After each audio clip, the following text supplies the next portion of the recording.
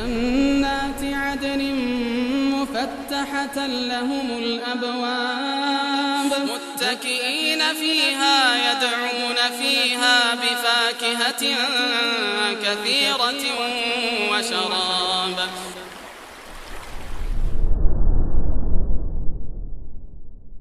Bismillahirrahmanirrahim. Assalamualaikum warahmatullahi wabarakatuh. Innal hamdalillah nahmaduhu wa nasta'inuhu wa nastaghfiruh wa na'udzu billahi min shururi anfusina wa sayyiati a'malina. May yahdihillahu fala mudilla lahu wa may yudlil fala hadiya lahu. Asyhadu an la ilaha illallah wahdahu la syarika lahu wa asyhadu anna Muhammadan abduhu wa rasuluhu la nabiyya ba'dahu. فإن أصدق الحديث كتاب الله وخير الهدي هدي محمد صلى الله عليه وسلم وشر الأمور محدثاتها وكل محدثة بدعة وكل بدعة ضلالة وكل ضلالة في النار. أما بعد, para rekan sekalian rahimakumullah, di kitab Ushul Ats-Tsalatsah ada kupasan singkat tentang al-istighatsah dan dalilnya, yang mana Syekh Muhammad bin Abdul Wahhab rahimahullah berkata, wa dalilul istighatsati qawluh, dalil istighatsah adalah firman Allah, idz tastaghitsuna rabbakum fastajaba lakum. Ingatlah tatkala kalian memohon ghauts, yaitu bantuan keselamatan kepada Rabb kalian, fastajaba lakum, kemudian Allah Ta'ala menjawab untuk kalian. Ya. Yang akhwatnya juga lagi sedikit, Pak. Enggak, tadi ada 3 orang. Oh, ada lagi. Lagi pada sibuk takutnya. Enggak ya, yang ikhwan doang ya berarti ya. Baik. Al-istighatsah itu banyak di banner-banner di jalanan, istighatsah kubra. Ya, ngumpul untuk istighatsah, minta bantuan kepada Allah agar selamat dari kesulitan, itu maksudnya. Jadi kalau ada flyer gede, banner gede, hadirilah istighatsah kubra, kemudian ada seseorang dari keturunan Nabi Adam dari kayak gini. Itu apa artinya? Pada disuruh ngumpul supaya kita bareng-bareng minta sama Allah pertolongan apa gitu. Ya, masalah kadang-kadang hal kayak gitu disusupi kebid'ahan, wiritan-wiritan yang bid'ah, atau kadang ditunggangi oleh kepentingan politik. Ya, istighatsah itu nggak harus berjamaah, bisa sendiri, bisa. Nah, istighatsah apa artinya tadi? Meminta bantuan agar selamat dari kebinasaan dan kesusahan. Biasanya istighatsah itu ketika lagi susah, untuk mengenyahkan kesusahan itu gitu loh. Ya, bukan sebelum terjadi kesusahan. Ya.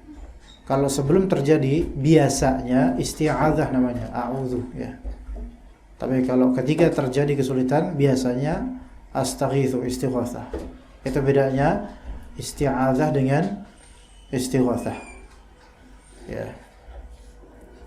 Taib, istighatsah ada beberapa macam. Nah, di sini disebutkan ada 4 macam apa? 4 macam istighatsah. Mirip seperti isti'anah, mirip seperti minta pertolongan gitu loh. Tapi biasa istighatsah ini untuk hal yang sedang terwujud atau keburukan yang sedang terjadi. Yang pertama, istighatsah model pertama, yaitu meminta bantuan kepada Allah. Ini adalah amal kebaikan yang paling utama dan sempurna. Dan inilah hal yang dilakukan oleh para rasul dan para pengikutnya, menunjukkan bahwasanya para rasul dan para pengikutnya, mereka itu beberapa kali ditimpa kesulitan. Bahkan justru itu tes buat mereka dan kebaikan dari Allah buat mereka dengan kesulitan itu. Sehingga mereka diberikan oleh Allah, sehingga mereka diangkat derajatnya dengan ujian dan kesulitan itu. Makanya ketika Nabi SAW ditanya, ayyun nasi asyaddu bala'an, siapa manusia yang paling banyak kesulitannya, paling banyak ujiannya? Maka kata Nabi SAW, al-anbiya, thumma as-salihun, thumma al-amthal fal-amthal. Para nabi itu paling banyak kesulitannya, paling banyak ujiannya. Kemudian orang-orang saleh, kemudian yang semisal dan yang semisal. Ya. Nah, ketika ditimpa oleh ujian atau kesulitan, disitulah Allah Subhanahu wa taala ingin melihat antum istighatsah sama Allah apa enggak gitu loh. Minta pertolongan bantuan Allah apa enggak? Gitu. Mungkin ketika masih bujang, kesulitan itu enggak seberapa. Namun ketika antum sudah punya tanggungan anti ya yang akhwat sudah punya kewajiban untuk melayani suami, berdedikasi pada suami, apalagi udah punya anak nanti yang antum dan antun punya anak, maka di situ mulai terasa. Tidak sama rasanya dengan melihat keluarga lain atau anak orang lain, tapi ini anak sendiri, ini istri sendiri, ini suami sendiri. Ya, di situ akan terasa ujiannya. Di situ kita perlu istighatsah, minta pertolongan sama Allah Azza wa Jalla. Ya. Kalau sekarang nih, misal keluarga di kampung lagi kena musibah, bertubi-tubi musibahnya. Di sini pelajaran ini penting untuk diingat. Kalau terkena musibah, ya apalagi sampai bertubi-tubi, pasti ada hikmah. Maka istighatsah, minta bantuan sama Allah dengan cara yang benar. Ya. Berdasarkan dalil yang disebutkan dalam penulis yaitu firman Allah Al-Anfal 9, "Idz tastaghitsuna rabbakum fastajaba lakum." Ingatlah, idz tastaghitsuna rabbakum, tatkala kalian memohon bantuan kepada Rabb kalian.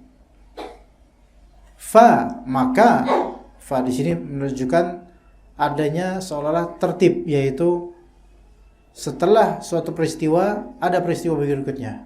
Peristiwa pertama, kalian minta bantuan sama Allah.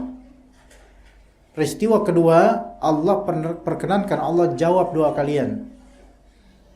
Allah jawab doa kalian. Anni mumiddukum bi alfi minal malaikati murdifin. Sesungguhnya aku akan mendatangkan bala bantuan kepada kalian dengan 1000 malaikat yang datang berturut-turut dalam peperangan, yaitu perang Badar.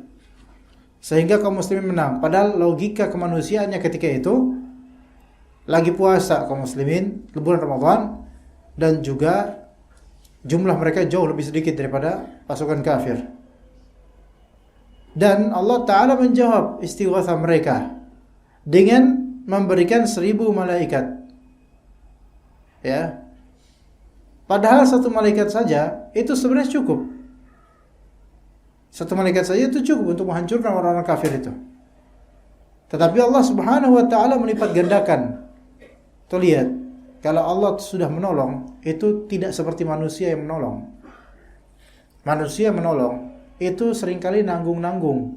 Udah nanggung perhitungan pula, itu manusia. Dan kadang diungkit. Dan kadang kita enggak enakan habis ditolong. Tapi Allah Ta'ala kalau sudah nolong antum, maka maksimal. Enggak ada yang bisa sama dengan pertolongan Allah Azza wa Jalla. Dan setelah ditolong sama Allah Ta'ala, antum bukan gak enakan, antum malah senang, malah berbahagia karena antum diperhatikan oleh Allah Azza wa Jalla. Ya.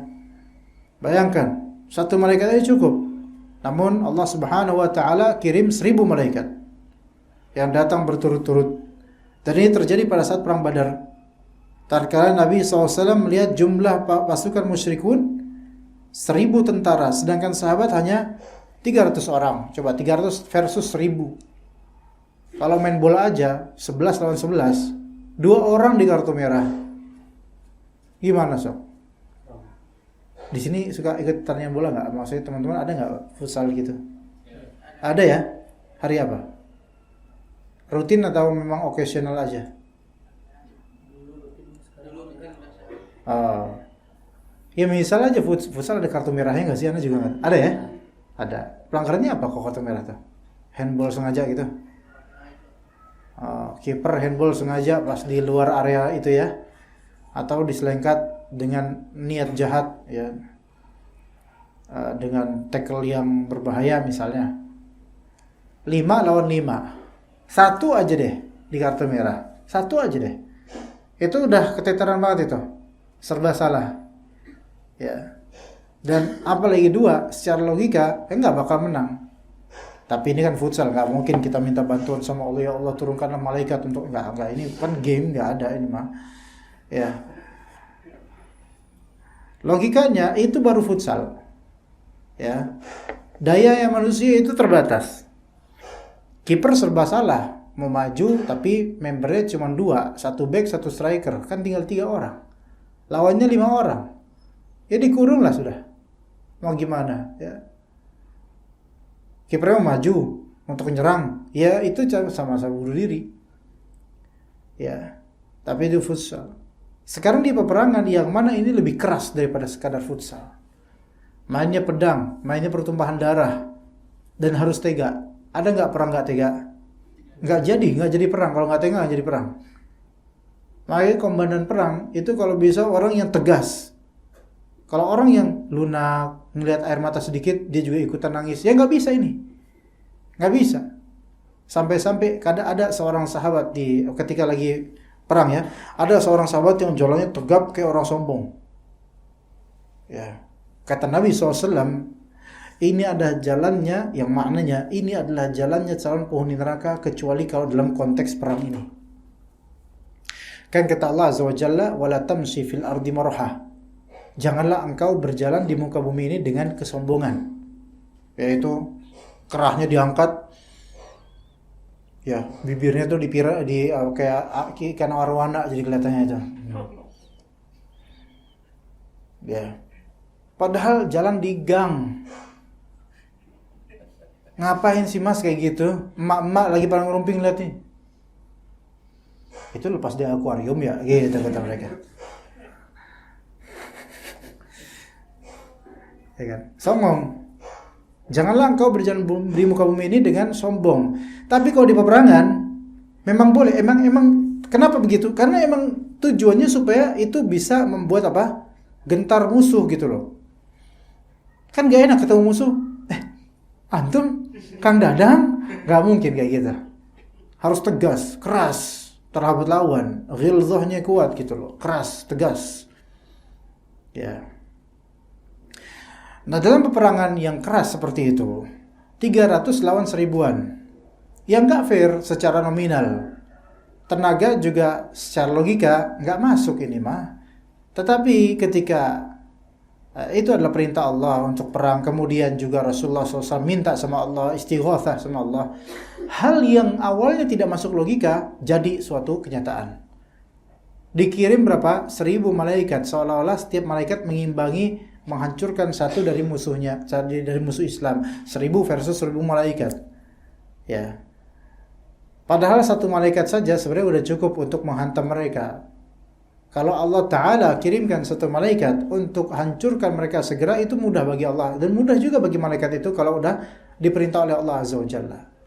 Tapi Allah Ta'ala inginkan supaya powernya lebih dan supaya kewibawaannya lebih, 1000 malaikat. Ya mungkin orang-orang kafir itu melihat malaikat-malaikat itu, diizinkan Allah untuk melihat sehingga mereka ketakutan dengan itu.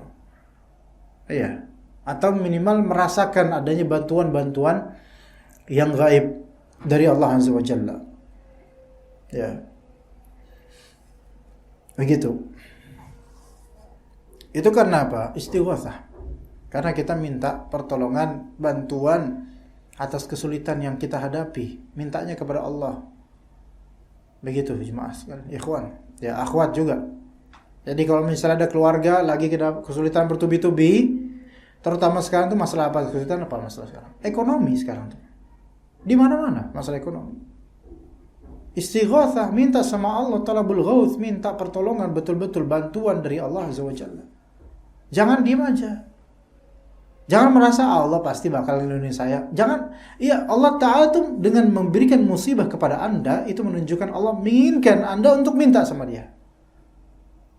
Bukan menginginkan Anda kepedean, bukan. Minta. Allah senang ketika Anda minta, dan Allah akan bantu. Ya. Jadi itu di perang Badar, 1000 sama 300.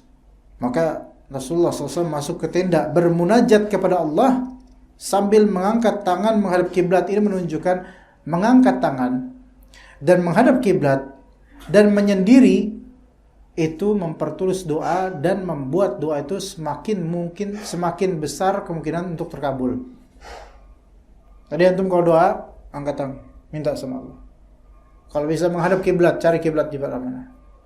Kalau bisa dalam keadaan menyendiri, kalau keramaian pun kalau bisa jangan riya, jangan pamer, minta menurut sama Allah. Lalu berdoa, Allahumma anjiz li ma wa'adtani. Allahumma in tuhlik hadhihi al-isabata min ahli al-Islam la tu'bad fil ard. Ya Allah, laksanakanlah apa yang Engkau telah janjikan kepadaku. Ya Allah, jika Engkau membinasakan pasukan Islam ini, maka Engkau tidak lagi disembah di muka bumi dengan syariat Islam ini, karena siapa lagi yang tersisa di muka bumi ini orang-orang Islam kecuali kami. Tapi Rasulullah SAW yakin, bukan berarti Allah SAW enggak yakin ya. Beliau yakin bahwasanya Allah pasti tolong. Makanya beliau minta sama Allah, tunaikanlah yang Engkau janjikan ya Allah. Begitu. Maka beliau terus meminta bantuan dan pertolongan dari Allah Ta'ala sambil terus mengangkat tangan sampai sorbannya terjatuh dari pundaknya, seperti istighotsahnya sampai kayak gini, sampai beribtihal. Ya, betul-betul. Ya, karena di sini dikaitkan sorbannya tuh jatuh dari pundaknya, kan dia pakai sorban. Terus ketika gini kan sorbannya ketarik ke sini, kemudian kayak jatuh saking tangannya ke atas banget minta. Maka itu ibtihal namanya. Ibtihal adalah berdoa dengan sungguh-sungguh sampai betul-betul meninggikan tangannya betul-betul. Ya. Lalu Abu Bakar memungut dan mengembalikannya lagi ke pundak beliau. Kemudian dari belakang Rasulullah SAW ia berkata, wahai Nabi, cukuplah permohonanmu kepada Tuhanmu. Sesungguhnya dia akan memenuhi janjinya. Lalu turunlah ayat tersebut. Nah sekarang supaya lebih segar lagi, ana pengen tahu untuk antum, mau nggak di antara antum share di sini? Ini nggak kelihatan kok di kamera, tapi apa sih kesulitan yang terjadi yang antum lihat, entah di keluarga, entah di diri antum? Boleh nggak di share di sini? Siapa tahu terinspirasi untuk beristighotsah pada Allah Azza wa Jalla. Apa sih kesulitan yang bukan aib? Kalau kesulitan berupa aib, tolong jangan di share di sini. Tapi kalau kesulitan itu membuat teman-teman terinspirasi untuk ya Allah ternyata ternyata ada yang lebih sulit dari saya, gitu misalnya. Bisa nggak di-share? Apa sih yang antum merasa, coba antum dari antum? Perekonomian keluarga di kampung. Antum sendiri? Pas waktu kecil. Sekarang? Alhamdulillah masih. Berkecukupan sekarang. Alhamdulillah. Dahulu ketika lagi sulit, apa sih yang dilakukan keluarga? Kok sekarang bisa kecukupan? Apakah kembali ke Allah atau memang flat flow aja? Awalnya ya orang tua saya dulu ya sholat jarang ketinggalan, jarang ke masjid. Dulunya. Dipakai. Ya intinya orang tua saya dulu jarang ke masjidnya. Ke agama kurang gitu ya? Ke agama kurang intinya. Sekarang beliau alhamdulillah sekarang dari mulai ya saling berluang lingkup sama tokoh agama di kampung. Alhamdulillah baik sekarang jadi sering sholat berjamaah. Alhamdulillah. Terus sering ngumpul-ngumpul sama. Tapi mereka semua keluarga merasa nggak ketika mulai dekat ke Allah itu? Alhamdulillah merasa. Ya alhamdulillah. Semoga berkah keluarga antum. Amin. Bapak ibu masih ada? Alhamdulillah masih ada. Sekarang apa sebagai pengusaha, pedagang atau? Sekarang pengusaha sih Pak, cuma ya pedagang kayak toko gas, LPG, iya. aqua sama jualan pulsa. Alhamdulillah, berkah insyaallah, berkah insyaallah. Fadhal, coba antum kesulitan antum apa? Atau keluarga atau teman atau siapa? Atau enggak ada kesulitan? Ada. Coba yang bukan aib ya. Jangan yang berupa maksiat. Kalau maksiat enggak boleh di-share di sini, jangan. Sama tadi masalah ekonomi keluarga waktu dulu. Dulu apa sekarang? Dulu. Sekarang Alhamdulillah. Alhamdulillah apa nih? Alhamdulillah semakin membaik. Alhamdulillah. Coba ceritakan sob. Apa sih penyebabnya sampai membaik? masih kurang. Saya sendiri juga dulu Kurang apa? sholat, jarang. Kurang sholat. Sekarang kelebihan sholatnya. Sekarang sudah mulai belajar lah. Alhamdulillah. Ya, Masya Allah. Semoga Allah berkati antum dan juga keluarga antum. Harus terus benar-benar minta sama Allah. Ekonomi berarti. Ya, Sampai sekarang udah mendingan kan? sekarang Apa masih ini? sudah stabil. Udah stabil. Antum saudaraan kok sama? Enggak. Rata-rata sih kan begitu. Sekampung. Satu kampung, saling kenal di kampung. Enggak satu kampung. Ciamis juga? Ciamis? Coba. Mana? Itu Ciamis juga? Iya, Ciamis. Kampungnya beda? Beda. Kok bisa dapat beda-beda kampung Pak? Emang ada soundingnya gimana kok bisa? Apa? Sekolah lagi. Oh, Satu sekolahan. oh dari desa beda-beda gitu ya? Ya, Oh, jadi kecamatan gitu. oh gitu. Bukan karena mungkin Pak Maman sama antum lagi di jalan di Ciamis terus mungut-mungut anak gitu yang lagi di jalan enggak ya? Dok, ya. Kalau saya sama sih Pak, sama kami juga. Tapi dulu kayak ayah saya sama ayah saya doang sih, kayak jauh dari agama. Tapi itu ekonomi lebih gitu, ada lebih Dulu? Iya dulu. Tapi kalau sekarang dia kan udah di sini, udah di rumah, dari Ciamis. Dulunya dia merantau gitu. Merantau, jadi pas merantau mungkin ibadahnya kurang gitu di perantauannya. Tapi kalau misalnya ekonomi lebih gitu. Dulu pas lagi jauh dari agama malah lebih. Nah pas sekarang ada di sini, ada di kampung, nah ibadahnya juga alhamdulillah Mendingan, bagusan. ya bagusan, tapi ekonomi jadi turun. Oh, ya ujian itu berarti Iya, situ. itu ujian. Nah, terus antum tapi kalau turun di sini apakah berkekurangan atau masih disebut stabil? Stabil sih.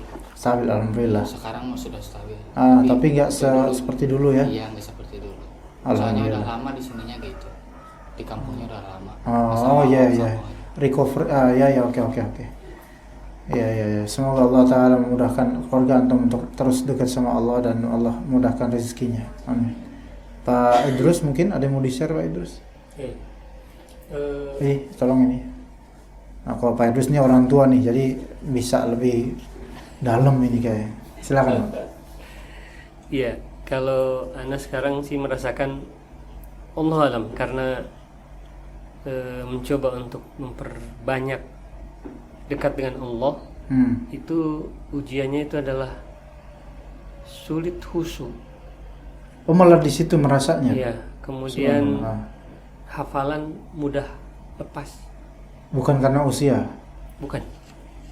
Terus apa dong faktornya kok bisa begitu? Ya memang mungkin karena kurang istiqomah barangkali. Keistiqomahan dalam betul-betul kita menjemput hidayah Allah, maksudnya mempertahankan gitu. Sehingga ya itu yang harus lebih diperbaiki sepertinya.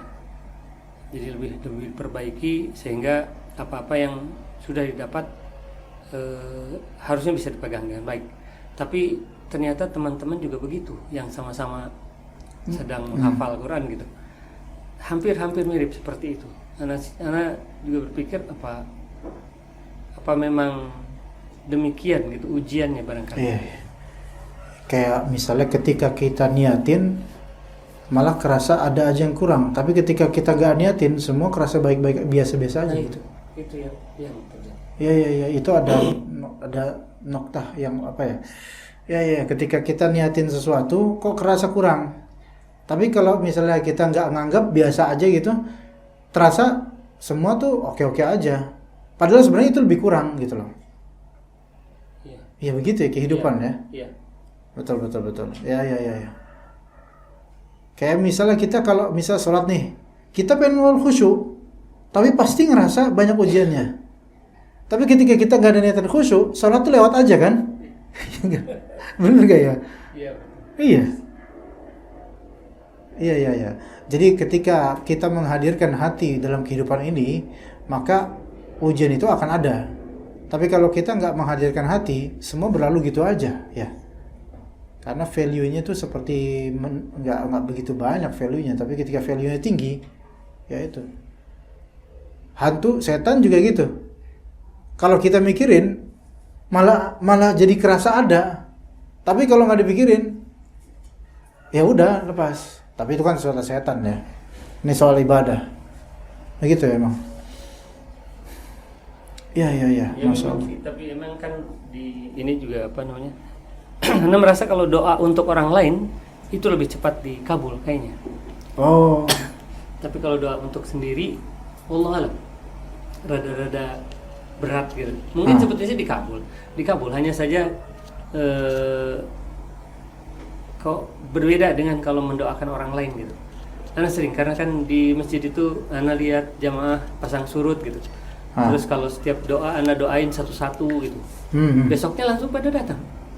Lagi sholat langsung ke masjid gitu. Tapi kalau untuk diri sendiri Kalau seperti doa belum. untuk sendiri memang Allah mungkin menguji gitu ya. Ya. Jadi biar tidak sombong barangkali. Betul. Seperti itu. Ya mungkin poin lainnya adalah karena kalau kita mendoakan orang lain, ya habis selesai urusan. Iya. Dan itu nggak masalah gitu loh. Kalau kita mendoakan diri kita kebaikan, kalau udah selesai itu udah selesai. Artinya habis itu kita nggak doa lagi gitu loh. Jadi Allah sepertinya pengen supaya kita itu terus menerus doa kebaikan buat diri kita.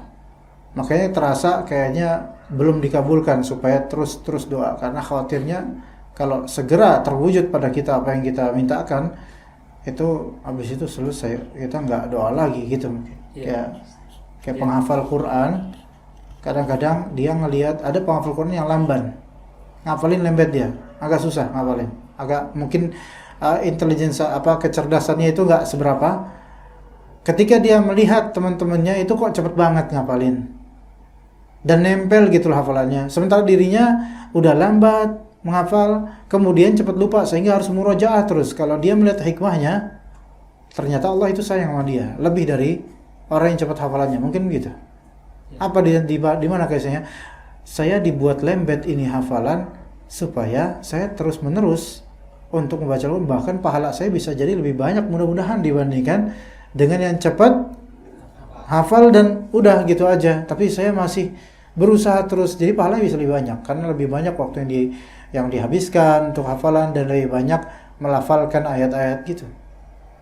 Ya begitulah ketika kita diberikan ujian kok sepertinya masih melekat, itu menunjukkan Allah Ta'ala itu tidak ingin melepas kita gitu loh. Mungkin begitu, bukan karena Allah nggak sayang Pak sama apa terus. Justru di situ buktinya Allah Ta'ala itu masih ingin untuk merahmati gitu. Ya, terima kasih Pak. Yang akhwat ada nggak yang mungkin sedang ada kesulitan yang mau di-share? Coba sok. Nggak ada? Ya, saking banyak ya, jadi nggak bisa dilukiskan ya. Baik, yang kedua, meminta bantuan kepada orang mati atau orang hidup yang tidak hadir di hadapannya dan tidak mampu memberikan bantuan. Nah, ini sama seperti yang tadi.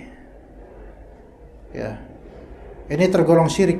Ini sama seperti yang isti'anah. Ini tergolong syirik karena ia berkeyakinan orang tersebut memiliki kekuatan luar biasa sehingga secara tidak langsung ia memberikan kepadanya sebagian sifat rububiyah. Ya. Orang mati atau orang hidup ya, tapi nggak ada di hadapan atau tidak ada komunikasi internet padanya. Lah terus dari mana dia bisa dengar? Kalau misalnya bapak antum ada di rumah, terus antum istighotsah sama dia, tapi tidak tidak ada komunikasi handphone, nggak ada. Lewat apa? Lewat batin. Kira-kira nyampe nggak? Enggak lah. Tapi mungkin nyampe, tapi gimana ya? Bukan nyampe beneran gitu, bukan nyampe langsung, melainkan kadang firasat gitu. Tapi firasat itu enggak tepat, enggak mesti 100% tepat gini, kayak misalnya antum lagi kesulitan, lagi bingung. Ya, soal ekonomi di Bekasi ini, uang mau habis, nanti ada tagihan kos-kosan dan seterusnya. ibu antum di kampung firasat, langsung telepon antum, "Nak, lagi susah ya Naya." Loh, kok ibu tahu? Gak tahu, ibu ngerasa gak enak aja gitu. Mungkin gak itu terjadi? Sangat mungkin. Tapi kan itu antum tidak istighotsah sama ibu, ya kan? Melainkan Allah Ta'ala yang memberikan hidayah dan juga rahmah pada ibu antum. Itu namanya firasat. Dan juga sebaliknya, kadang-kadang sebaliknya. Antum tadi ngerasa gak ada apa-apa, tapi kok tiba-tiba antum dimimpikan ibu lagi kena apa, ibu lagi sakit di rumah. Antum telepon ibu, "Ibu lagi kenapa?" "Duh, kok kamu nelpon sekarang? Ibu kenapa? Kok saya perasaan gak enak gitu." "Ibu lagi sakit, Nak." "Loh, pantesan tadi malam mimpi ibu sakit." Nah, itu bukan istighotsah, itu firasat. Itu mimpi yang Allah Ta'ala berikan sebagai sinyal untuk memberitahu antum, tapi dengan cara Allah. Adapun kalau misalnya dengan telepati, ya, telepati nyambung, ya. Nah, tiba-tiba antum merasa, ibu antum ngomong lewat hati, pulang, ibu sakit. Mungkin nggak kayak gitu? Ya nggak mungkin. Atau bapak antum misalnya lagi macul di sawah, tiba-tiba ya lidahnya kegigit. Aduh, kayaknya anak saya lagi ini nih, sakit di rumah nih. Mungkin nggak kayak gitu? Itu khurafat masuknya. Nggak mungkin kalau seperti ini. Ya, ketika tidak ada koneksi, maka tidak bisa kita minta bantuan. Kalau ada koneksi, WhatsApp, telepon. Kalau dulu malah lebih susah dulu, zaman-zaman dulu tuh, ya. Apalagi kampung-kampung Ciamis kan pelosok-pelosok dalam itu, Cisaga, Raja Desa dalam-dalam itu kan. Ya kan? Kalau ini di pelosok kota ya, teman-teman sini ya. Raja Desa. Oh, Masya Allah. Di dekat pasar nggak? Kesananya kemana tuh? Ranca. Oh, Masya Allah. Kapan-kapan lah kita ketemu ya. Pas antum ada di kampung, ana nggak kesana. Pas ana di kesana, antum nggak ada di sana. Jadi nggak ketemu dong.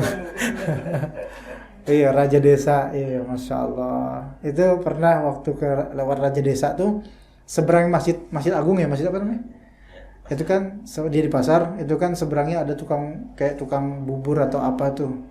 Anak sama ibu pernah makan di situ, enak banget pagi-pagi tuh, Masya Allah. Tapi waktu itu anak nggak lihat ada antum. Nah, ya kalau misalnya orang tua di sini, kita di kampung ya nggak ada komunikasi, nggak ada apa, tiba-tiba di hati terbit ada suara gitu, itu nggak mungkin. Emang itu dari syaitan atau mungkin hayalan. Tapi kalau misalnya firasat itu bisa terjadi. Kadang melalui mimpi, kadang perasaan aja nggak enak, itu bisa. Itu mungkin. Apalagi koneksi antara anak dan orang tua itu kuat biasanya. Kuat. Ya Allah kasih fitrah seperti itu. Jangankan manusia ya. Binatang aja, kata Rasulullah, itu rahmat yang Allah Ta'ala berikan pada binatang aja, antara induk dengan anaknya. Itu ada loh. Sampai kuda, ya, kuda itu kan cepat larinya gitu loh. Dan dia ketika di bawahnya ada anak itu, kuda itu bisa dengan sigap tidak nginjek anaknya gitu loh. Saking itu udah ada rahmat itu kasih sayang itu pada kuda yang Allah berikan gitu. Ya, binatang aja kadang-kadang punya firasat, ini ada anak saya di sini. Padahal kuda kan nggak sempat ngelihat ada anak di situ. Tapi firasatnya di bawah ini ada anak saya nih, akhirnya nggak keinjak sama dia. Begitu.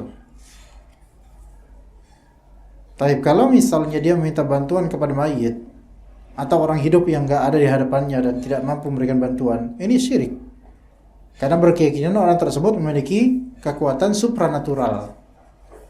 Sehingga secara tidak langsung ia memberikan kepadanya sebagian sifat rububiyah, yaitu seolah-olah mayit ini yaitu punya kekuatan yang di luar nalarnya manusia, kekuatan seperti kekuatan Tuhan gitu, bisa menjawab ya doa-doanya.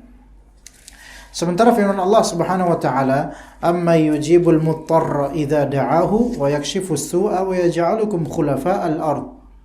A ilahum ma'allah qalilan ma tadhakkarun."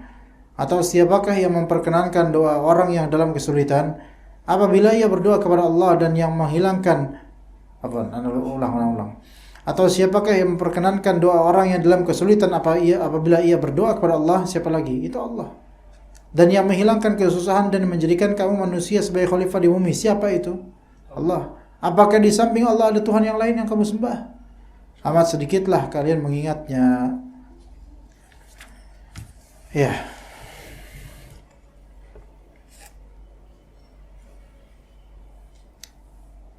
Kalau naruh semacam sesembahan sesajen itu masuk kemana?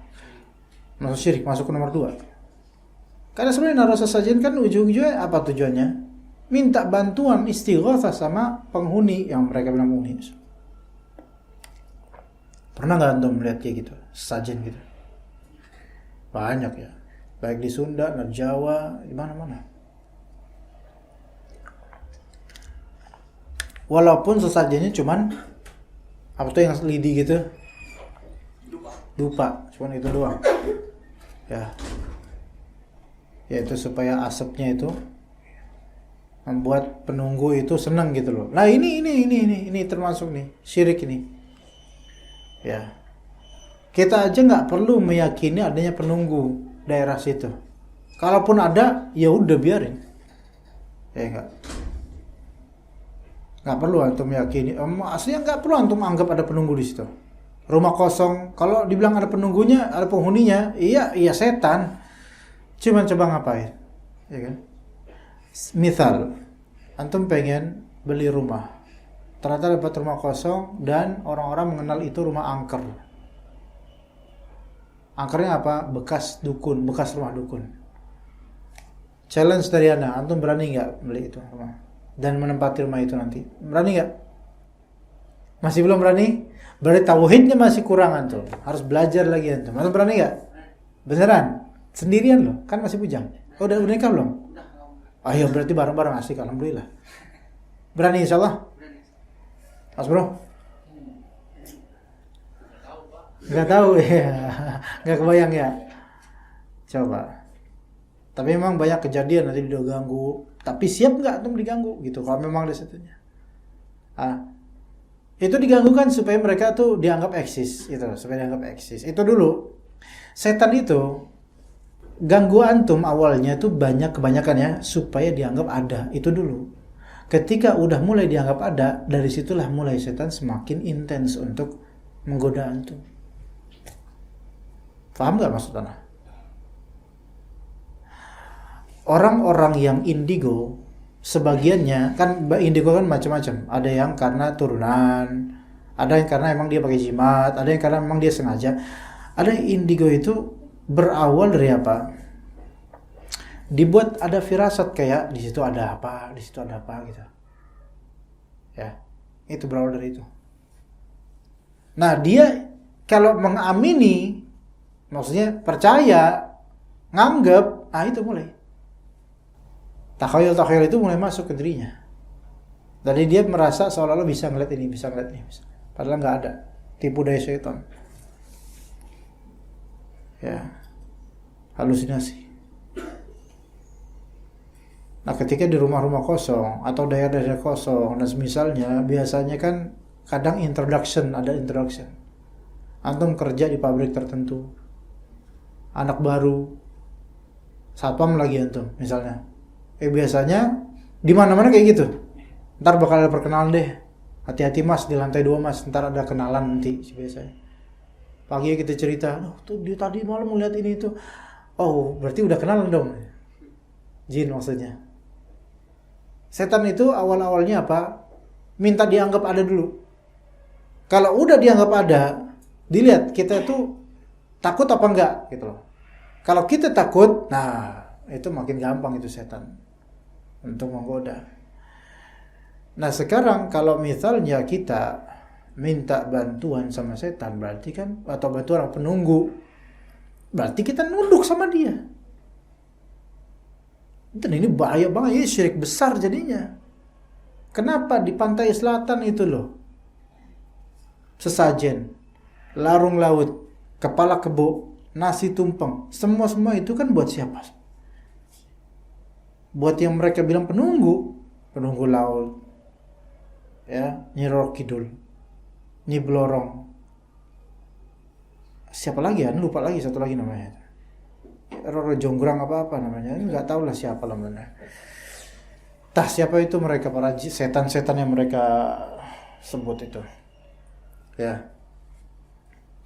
Dan tunduk kepada makhluk, bergantung pada makhluk, itu menjadi modal besar untuk melakukan yang kedua tadi, yaitu minta kepada selain Allah Subhanahu wa taala. Ketiga, meminta bantuan kepada orang hidup yang hadir di hadapannya dan mampu memberikan bantuan yang diinginkan. Ini boleh. Ya. Contoh bantuan hutang misalnya. Boleh. Kalau emang kepepet. Minjem sama orang yang memang punya duit, jangan minjem sama yang sama-sama bokeh. Ya ini repot, ini namanya melecehkan. Ya. Minjem sama yang punya duit. Boleh kalau memang kepepet atau butuh sekali. Bukan karena ingin memperkaya atau ingin apa, bukan, tapi memang butuh sekali. Ini boleh. Ini kan minta ghuth, minta bantuan. Antum kesemutan Mas Bro? Pegel. Sakit itu kayaknya ada gergaji ini. Hilang pegelnya nanti. Firman Allah dalam kisah Nabi Musa alaihissalam, "Fastaghathahu alladhi min syi'atihi 'ala alladhi min aduwwi fawakazahu Musa faqada alaihi." Orang yang dari golongan Nabi Musa, kan ada orang muslim dari golongan Nabi Musa bertengkar sama penduduk asli Mesir. Lagi bertengkar gitu. Nah, karena ini pengikutnya Nabi Musa, ngelihat Nabi Musa minta tolong pada Nabi Musa untuk membelanya. Cuman Nabi Musa alaihissalam meninju orang Mesir itu, putak dipinju, sekali tinju mati itu musuhnya. Masya Allah, kekuatannya luar biasa. Iya, wafat musuhnya. Di situ jadinya apa? Jadi geger itu. Akhirnya Nabi Musa alaihissalam menjadi buronan. Apakah itu salah? Ya, Nabi Musa alaihissalam ketika itu salah. Namun efek dari kesalahannya itu tidak kecil, besar. Ya enggak? Antum nonjok sekali, kan antum nggak ngerti kalau bakal mati kan. Namanya nonjok mungkin kena bagian apa ya? Yang mungkin kena saraf tertentu yang ternyata itu membuatnya meninggal gitu loh. Mana Nabi Musa nggak bermaksud untuk membunuh. Beliau menonjok alaihissalam menonjok pun karena apa? Karena ada pertimbangan. Tapi qadarullah, tanpa dan dikira mati orang ini. Entah apa faktornya. Kadang-kadang seorang yang tinggi derajat di sisi Allah melakukan suatu kesalahan yang ternyata efek kesalahan itu masif dan besar, bukan karena Allah ingin merendahkan orang alim atau orang ini, tetapi karena Allah Ta'ala ingin mengangkat derajatnya semakin tinggi dengan kesalahan tersebut dan efeknya, sehingga dia bertaubat kepada Allah SWT. Begitu teman-teman. Suatu ketika misal kalau antum berusaha ke Allah, tapi antum melakukan suatu kesalahan, dan antum nggak nyangka kesalahan tersebut efeknya itu sebesar ini, antum nggak nyangka, ya, maka di sini yang harus antum terapkan tetap husnudzan sama Allah, bahwasanya ini memang besar nih efeknya, ini ujian dan tantangan buat saya, apakah saya tetap kembali ke Allah atau enggak? Jangan putus asa, jangan kemudian ya Allah, ini gara-gara saya nih. Gak usah putus asa. Walaupun Nabi Musa ketika itu ketakutan nih. Gimana gak ketakutan? Itu kan orang-orang asli Mesir. Dan Fir'aun kan itu fanatiknya terhadap rasnya itu kan tinggi. Dia anti dengan orang-orang Bani Israel. Akhirnya jadilah buronan. Dicari-carilah beliau. Akhirnya beliau kabur kan. Kabur. Suatu saat kita melakukan suatu kesalahan yang ternyata kita gak nyangka. Kok efeknya kok segede ini gitu.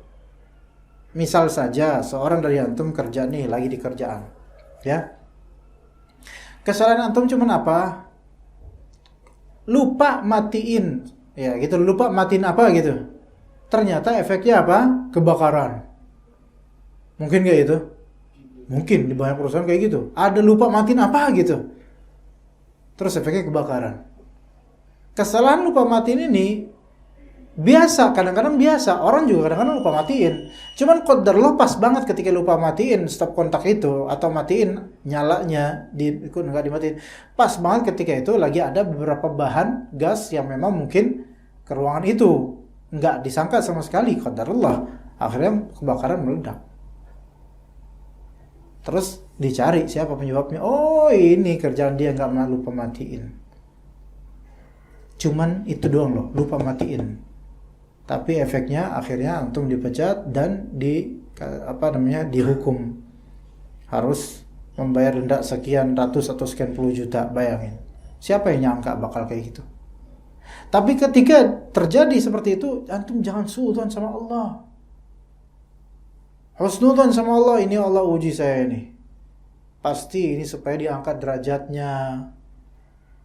Gitu, teman-teman, ya. Ummahat juga gitu, ummahat.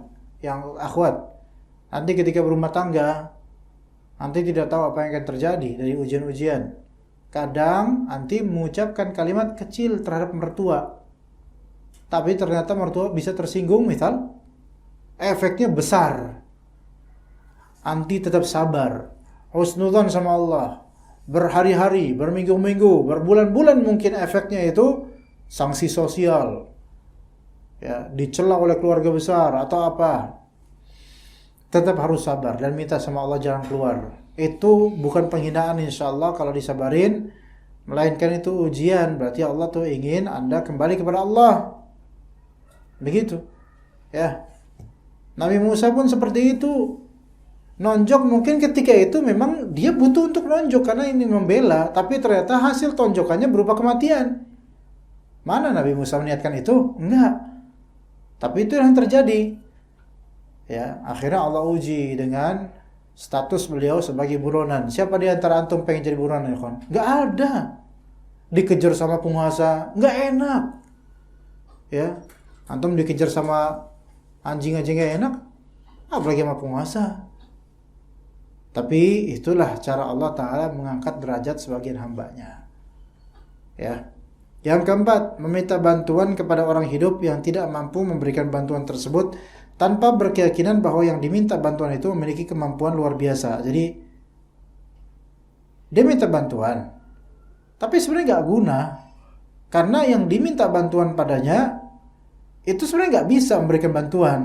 Dan antum ketika minta bantuan itu antum nggak berkeyakinan bahwa seorang yang luar biasa, ya biasa aja. Seperti misal orang tenggelam, lagi tenggelam minta bantuan sama orang yang lumpuh, kenapa dia kayak gitu? Karena orang tenggelam itu udah nggak bisa mikir lagi, enggak. Kalau ada teratai, pasti dipegang itu teratai. Orang itu kalau udah tenggelam, dia tuh nggak bisa membedakan mana yang bisa menolong, mana yang enggak. Bahkan sampai teratai dan tanaman air pun dia tetap pegang, barangkali bisa menyelamatkan dia, padahal nggak mungkin. Paham nggak maksud Anda? Kadang-kadang orang kalau udah kalah debat, tenggelam dalam kebodohannya, hal-hal yang jadi modal yang dia pakai itu hal-hal yang konyol. Ngerti nggak maksudnya, teman-teman?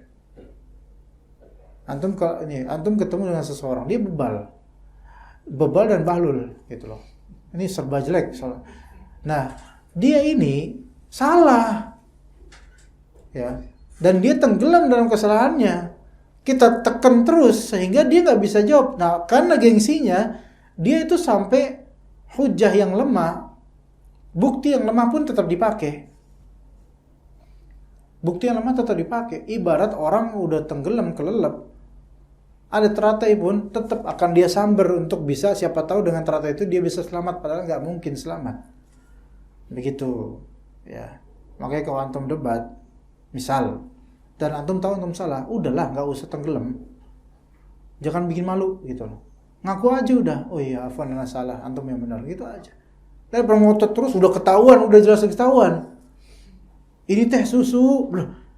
Ini susu, ini teh susu, udah nggak ada habisnya dah. Ya, gitu. Nah, seperti orang tenggelam minta bantuan kepada orang yang lumpuh, ini jelas nggak ada gunanya dan merupakan penghinaan terhadap orang tersebut. Iya nggak? Iyalah. Lagi tenggelam, oh tolong, ada orang lumpuh kayak gini, tolongin saya. Lo ngejek saya ya, gitu kan? Mana mungkin saya bantu, gitu kan? Ya kayak tadi juga, antum lagi kere, teman antum lebih kere daripada antum. Bang, minjem duit dong. Lo ngejek gua. gitu. Dia jawabnya gitu, ngejek ya, ngecengin gua lo, gitu. Ya, karena nggak mampu. Antum tahu itu nggak mampu, ngapain antum minta? Hal ini nggak ada gunanya, bahkan bisa aja sebagai penghinaan. Maka hal ini dilarang karena alasan tersebut nggak ada manfaatnya, atau dikhawatirkan orang lain tertipu sehingga berkeyakinan orang yang lumpuh memiliki kekuatan gaib yang luar biasa gitu. Antum lagi kalau begini, bang tolong, itu orang lumpuh lagi pakai kayak gini, bang tolong bang, itu kan orang-orang, kok minta tolongnya sama yang lumpuh, jangan-jangan yang lumpuh ini punya kekuatan supranatural nih gitu. Ya, padahal itu sebenarnya penghinaan juga buat dia. Ya. Ibaratnya juga antum lagi jalan, terus ada orang buta pakai kacamata hitam, ya, terus antum nanya ke orang buta, bang, anterin saya dong bang ke warung. Antum yang minta anterin ke warung, yang buta itu pasti tersinggung. Justru saya yang harus diminta sama anda gitu kan. Kok minta malah pada yang tidak bisa. Ini imma bikin dia kesel, imma ini nonsense, omong kosong gitu. Ya, taib. Seperti itu insyaallah materi hari ini. Ya, mungkin kita cukup jika ada pertanyaan. Ya, kalau tidak ada kita cukup sampai sini aja insyaallah. Kalau istighosah seperti ini itu apakah harus sholat atau gimana ya? Enggak. Istighosah di sini umum Pak, dia tidak harus sholat. Dan istisqa itu termasuk istighosah. Ya, istisqa, sholat istisqa termasuk istighosah. Dan untuk istighosah itu sendiri, dia tidak ada kekhususan sholat 2 rakaat, nggak ada. Tapi kalau antum mau, misalnya boleh untuk sholat, tapi sholat mutlak. Setelah itu minta doa, minta sama Allah sesuatu yang mungkin antum kesulitan di situ, minta sama Allah, itu termasuk istighosah. Tapi perbedaannya istighosah dengan hal lain, istighosah itu untuk musibah atau kesulitan yang sedang terjadi. Adapun kalau sebelum terjadi itu biasanya bukan istighosah, melainkan itu kekhawatiran atau masuk isti'adzah, minta perlindungan. Biasanya begitu. Ya. Ya wallahu a'lam. Makanya misalnya di zikir pagi petang ada doa ya hayyu ya qayyum bi rahmatika astaghits. Dengan rahmatmu saya beristighosah, minta pertolongan. Aslih li sya'ni kullahu wa la takilni ila nafsi tarfataini, itu minta diperbaiki urusan kehidupannya. Karena di sini kehidupan kita ya pasti ada aja sesuatu yang sedang enggak baik-baik saja, pasti ada. Ya, apapun itu. Jangan ngerasa kita udah baik 100%. Pasti ada di antara bagian dari hidup kita sekarang ini sedang tidak baik-baik saja, baik fisik, moral, amalan, atau hal lain-lain yang di luar tubuh kita. Di tempat lain, bekas atau efek dari keburukan kita, itu pasti ada yang gak beres. Ada aja. Maka beristighosah dari kejelekan yang telah kita lakukan atau yang ada pada diri kita, baik disadari atau tidak. Itu istighosah. Aslih li sya'ni kullahu. Perbaikilah urusan saya apapun itu. Kesemuanya. Itu istighosah. Dan itu gak mengharuskan sholat 2 rakaat untuk mengucapkan doa itu. Antum cukup aja zikir pagi petang, atau memang lagi kesulitan, minta sama Allah dengan doa itu. Ya begitu. Allahu a'lam. Sallallahu ala nabiyina Muhammad wa ala alihi wa sahbihi ajma'in. Apakah ini bakal hujan menurut antum? Semoga. Kayak mau hujan ya. Ana soalnya tadi siang tiba-tiba pengen gitu beli jas hujan. Enggak tahu apa. Ini firasat, telepati, atau apa nih? Iya. Barangkali hujan gitu kan, Ana udah siap-siap jas hujan. Kalau hujan itu rahmat dari Allah Azza wa Jalla. Ya. Apa itu? Ya, kita mungkin cukup sampai sini insyaallah. Barakallahu fikum jami'an wa sallallahu ala nabiyyina Muhammadin wa ala alihi wa sahbihi ajma'in. Subhanakallahumma bihamdika asyhadu an la ilaha illa anta astaghfiruka wa atubu ilaik. Assalamualaikum warahmatullahi wabarakatuh. Waalaikumsalam.